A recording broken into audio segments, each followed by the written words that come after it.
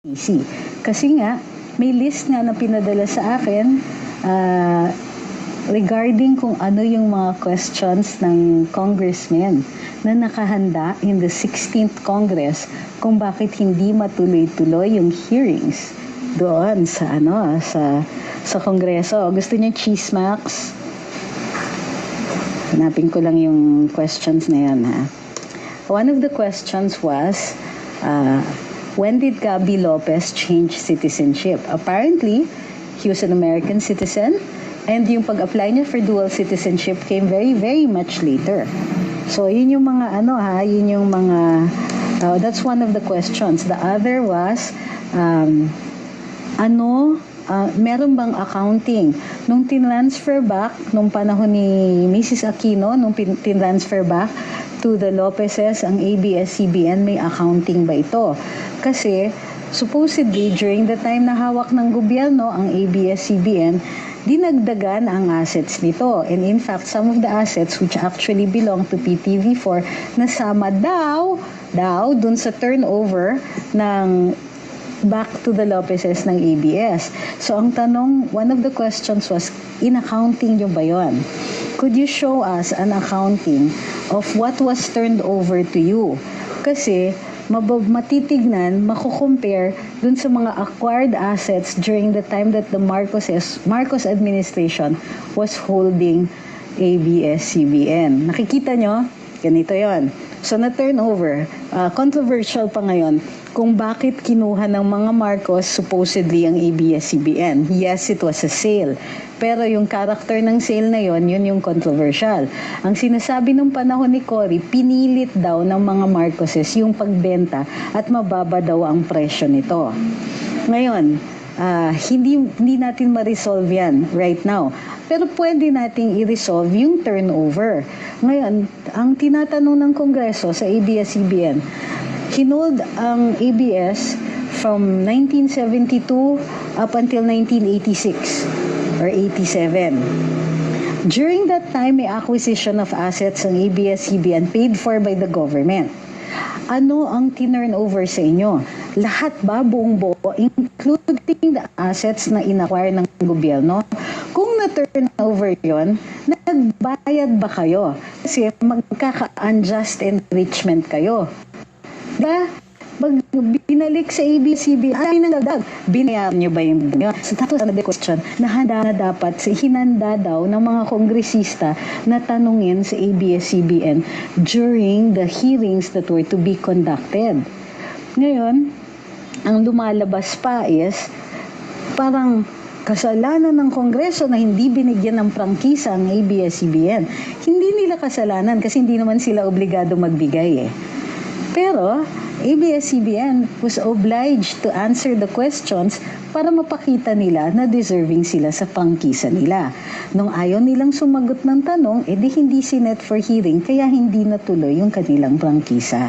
Ganun lang po yun. Or at least, ganun yung sinasabi ng mga insiders natin doon who were in Congress at the time. Ito, ang tanong, how did you reacquire ABS-CBN? Yun yung first question. Paano mo na-reacquire ang ABS-CBN nung binalik sa inyo ni Cory? Was it a sale o binigay lang ito sa inyo? Question 1 yun. Sino yung mga owners na binalik? Kanino binalik? Exactly. Sino yung mga owners? And who were the stockholders in 1986 nung binalik yan sa inyo? Nagbigay ba kayo ng listahan?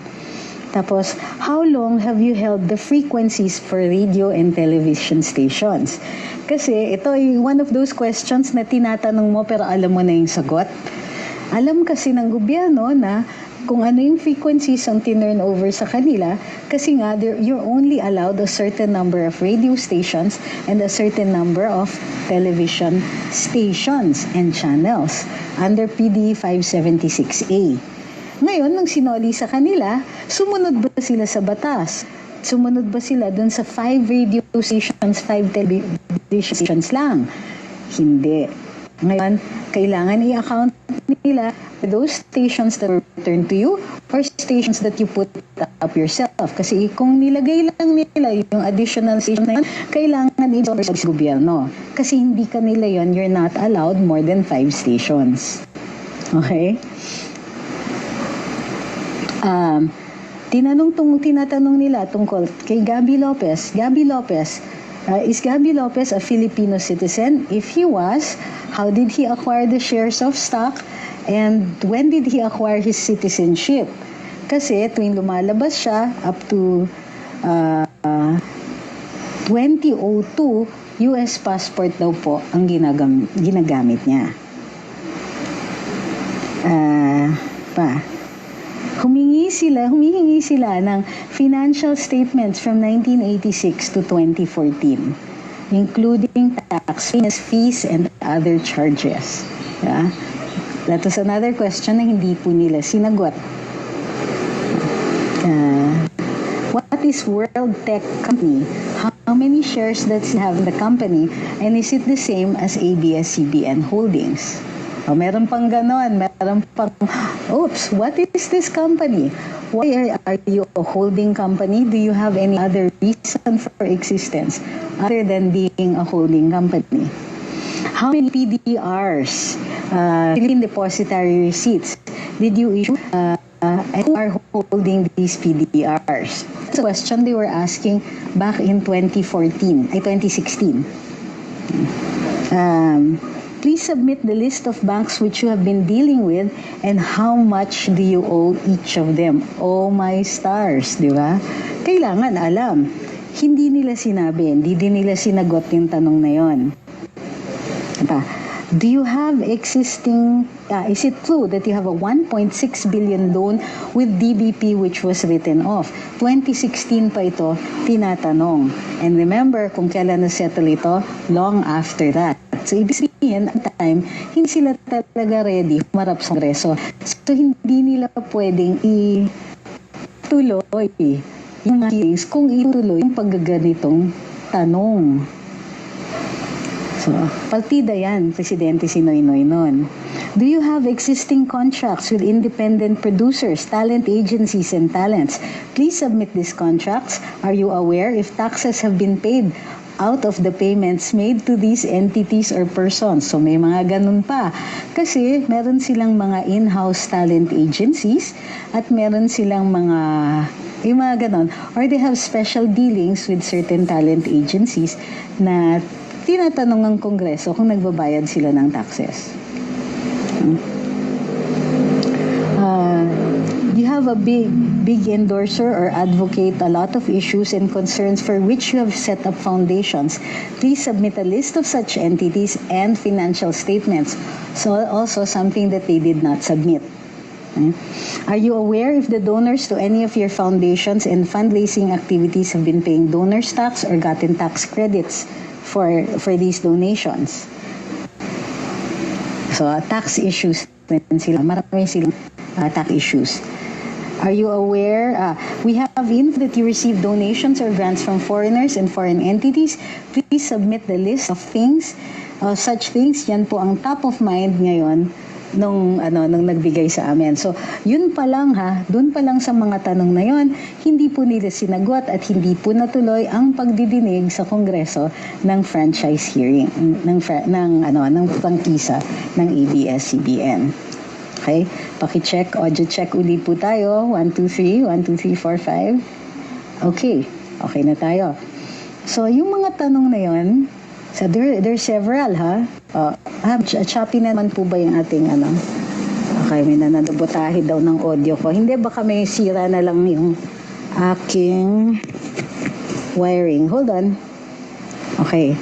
So, yun yung mga yan. Just to clarify the issues, kasi ngayon nagbabatuhan ng akusasyon. Sinasabi Kongreso may kasalanan, sinasabi ABS-CBN may kasalanan, sinasabi kasalanan daw ni Presidente kasi galit na siya at kaya hindi natutuloy yung mga hearings. But we have to go back to 2016. Kasi hindi natin pwedeng sabihin na si Pangulo ang may kasalanan, gayon ngang bakit last minute na sila umaariba dun sa kanilang prangkisa. So you have to go back and check bakit bakit hindi natuloy ang franchise hearings nung time na yon. Checking again. Iniintay ko po yung yung questions dun sa Big Dipper. Hindi ako nagkomento right away kasi this involved tax information and I had to check if there was a source para dito sa information na ito. Tatandaan po natin, ang mga income tax returns po are private and so we can, unless they are submitted to a government agency na kailangan i-publicize yung mga information, then we can't use them basta-basta. Okay? So, nag-iingat lang po tayo. Ngayon, na may nag-claim na siya yung source dito, pwede na po natin himayin. So, you have to give me some time. In the meantime, finorward ko yon kay Attorney Nick Nangit, who is a tax lawyer, and I'm going to wait for his comments bago nating pag-usapan dito. Okay. May pa-campaign ang, sabi ni Jertan, may pa-campaign ang ABS-CBN na laban sa pamilya. Naka-receive ako ng email. Currently, 5,574 ang support para sa kanila. They're free to do that as long as ang paghihikayat nila ay hindi pag-aalsa o hindi related po dun sa pagtatanggal sa poder ng ating Pangulo or ng kahit sinong mga government officials natin o hindi makakaapekto sa ating public interest. Ang hinihingi kasi nila is ibalik ang ABS-CBN, which means that they are asking for an extrajudicial remedy. Kasi yung may mga remedyo, ang ABS po, nag-file na sa Supreme Court for a TRO on the cease and desist order. Ang tanong natin, dapat tinatanong natin sa kanila, bakit nang hihikayat kayo ng suporta ngayon? Akala ko ba meron kayong kaso? Hindi ba kayo naniniwala sa kaso ninyo? Hindi ba kayo confident na meron kayong karapatan na kayang-kayang ipaglaban at makikita ng pinakamataas na hukuman yung panig ninyo? Because if so, ano ito? Diba, anong tong paghihikayat na ito? You're trying to get popular support? Hindi naman po nakikinig dapat ang Supreme Court sa popular support At hindi dapat natin pinipressure ang ating Supreme Court to decide in favor of a majority, of a noisy majority. It just should not be done. Kasi the court will decide based on law, on facts, and on reason. So yun. I want to know from ABS-CBN kung naniniwala kayo sa kaso ninyo, ano itong laban na sinasabi ninyo online. At saka ano itong pinanghihikayat nyo ang taong bayan na isoli sa inyo ang inyong korporasyon. Akala ko ba ang ginamit ninyo ay legal remedy? Extra legal po ito. Hindi ito paraan para manalo sa inyong kaso at hindi po ito paraan para tumaliwas sa batas. If you want your law, why aren't you in Congress now asking for your law? And even more curious, even more mysterious, di ba, ang laking misteryo, bakit yung mga tao na may power na gumawa ng batas ang hinihikayat nila maglabas ng permit? Di ba? Ulitin ko ang pinakamalaking misteryo dito is yung mga taong may power na ituloy yung broadcast ng ABS-CBN, yung may power gumawa ng batas para bigyan sila ng prangkisa, hindi ginagawa at ang pinipilit nila ay hindi legal na paraan. Bakit? It's time for us to ask these really tough questions from them. Why isn't Congress creating a law and forcing the executive to give a permit to allow ABS-CBN to do what they are not allowed to do by the Constitution? Diba? Tanong natin kina Coco Martin, kung talagang gusto ninyong maisole ang ABS-CBN at makabalik na kayo dun sa dati ninyong ginagawa, then please ask the hard questions. Hinihikayat ng Kongreso na mag-issue ng permit ang NTC taliwas sa batas. Samantalang nasa kamay nila yung paggagawa ng batas para matuloy yung pag-broadcast ng ABS-CBN, hindi po nila ginagawa yon. So yung mga issues, hindi sa minamaliit natin yung issues ng mga employees. Pero actually, ina-uphold natin yung karapatan nila. Mga ABS-CBN employees, bakit ang inaaway ninyo yung mga natutuwa, yung mga followers ni Duterte, yung presidente? Bakit sila yung inaaway nyo? Kami yung inaaway ninyo. Ang hindi nag-issue ng prangkisa ay Kongreso. At hanggang ngayon, imbis na mag-iingay sila sa mga kapwa-kongresista nila na ipasa ang prangkisa, hindi rin nila ginagawa. Parati silang nakatutok doon sa permit. Aanhin naman ng NTC aanhin naman ng ABS ang permit nila. Gayong mismong prangkisa na nire-require ng saligang batas, hindi nila mabigay-bigay, hindi nila makuha-kuha.